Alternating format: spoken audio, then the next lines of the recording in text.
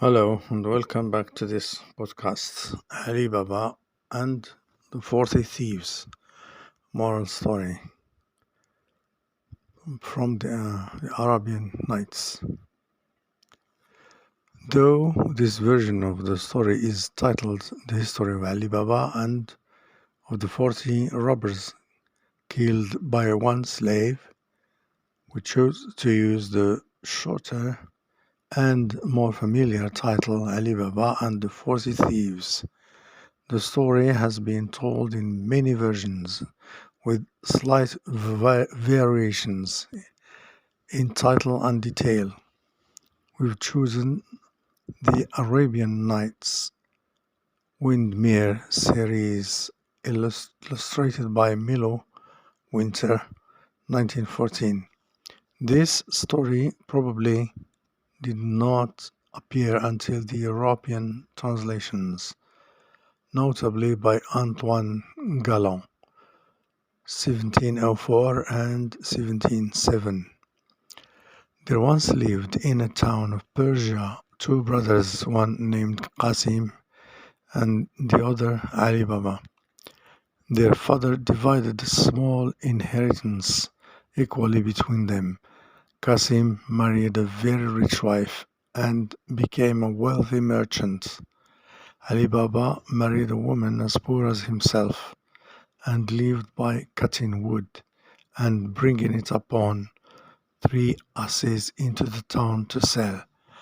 One day, when Ali Baba was in the forest and had just cut wood enough to load his asses, he saw at a distance a great cloud of dust, which seemed to approach him.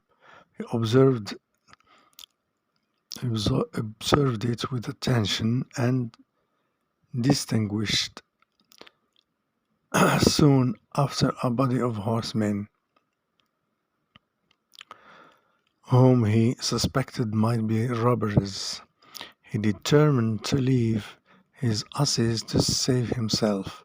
He climbed up a large tree, planted on a high rock, whose branches were thick enough to conceal him, and yet enabled him to see all that passed without being discovered.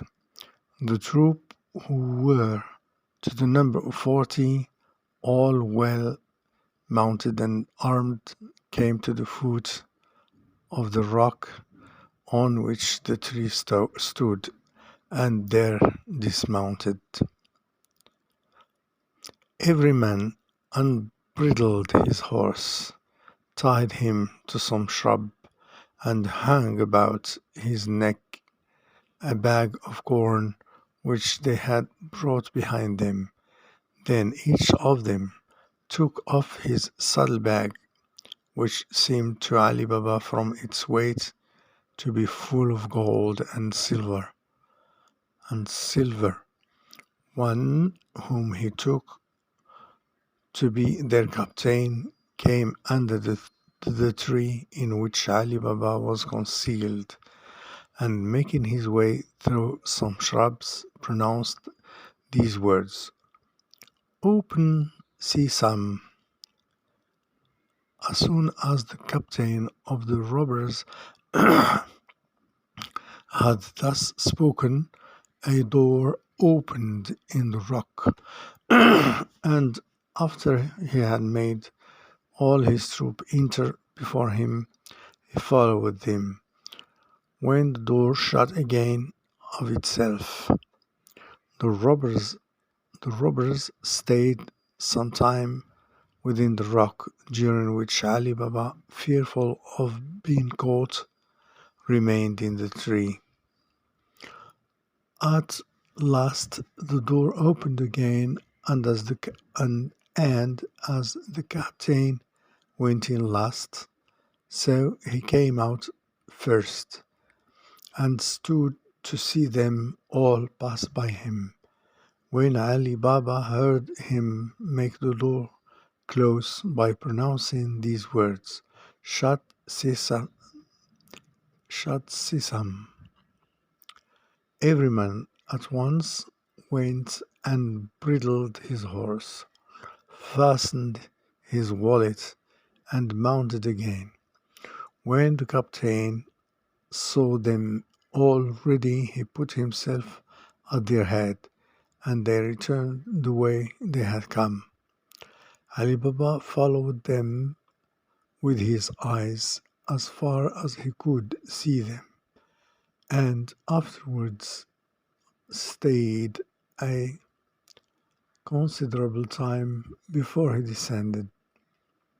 Remembering the words the captain of the robbers used to cause the door to open and shut, he had the curiosity to try if his pronouncing them would have the same effect. Accordingly, he went among the shrubs, and perceiving the door concealed behind them, stood before it, and said, "Open, sesame." The door instantly flew wide open. Ali Baba, who expected a dark, dismal cavern, was surprised to see a well-lighted and spacious chamber, which received the light from an opening at the top of the rock, and in which were all sorts of provisions, rich, rich bales of silk, stuff, brocade, and valuable carpeting piled upon one another, gold and silver lingots in great heaps, and money in bags. The sight of all these riches made him suppose that this cave must have been occupied for ages by robbers who had succeeded one another. Ali Baba went boldly into the cave and collected as much of the gold coin, which was in bags, as he thought his 3 asses could carry. When he had loaded them with the bags, he laid wood over them in such a manner that they could not be seen. When he had passed in and out as often as he wished, he stood before the door, and pronouncing the words, "Shut, sesame," the door closed of itself. He then made the best of his way to town. When Ali Baba got home, he drove his asses into a little yard, shut the gates very carefully, threw off the wood that covered the panniers, carried the bags into his house, and ranged them in order before his wife. He then emptied the bags, which raised such a great heap of gold as dazzled his wife's eyes. And then he told her the whole adventure from beginning to end, and above all recommended her to keep it secret. The wife rejoiced greatly at their good fortune, and would count all the gold piece by piece. Wife, replied Ali Baba, "You do not know what you undertake. When you pretend to count the money, you will never have done. I will dig a hole and bury it. There is no time to be lost." "You are in the right, husband," replied she, "but let us know as nigh as possible how much we have. I will borrow a small measure and measure it while you dig the hole, Away the wife ran to her brother-in-law Qasim, who lived just by, and addressing herself to his wife, desired that she lend her a measure for a little while. Her sister-in-law asked her whether she would have a great or a small one. The other asked for a small one. She bade her say a little, and she would readily fetch one. To stay a little. She bade her to stay a little, to wait a little, and she would readily fetch one.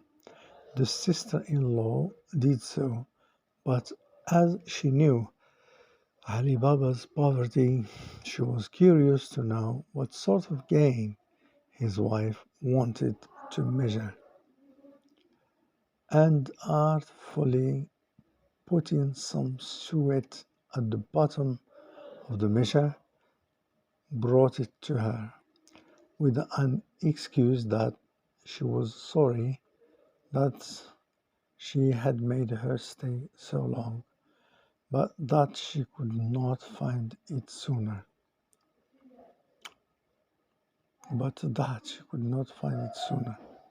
The measure. Ali Baba's wife went home, set the measure upon the heap of gold, filled it, and emptied it often up on the sofa, till she had done, when she was very well satisfied to find the number of measures round amounted to so many as they did, and went to tell her husband, who had almost finished digging the hole. When Ali Baba was buying or burying the gold, his wife, to show her exactness and diligence to her sister-in-law, carried the measure back again, but without taking notice that a piece of gold had stuck to the bottom. "Sister," said she, giving it to her again, "you see that I have not kept your measure long. I am obliged to you for it, and return it with thanks." Okay, so we are at the beginning of page 2. Yeah, we stop at the beginning of page 2. It starts with sister.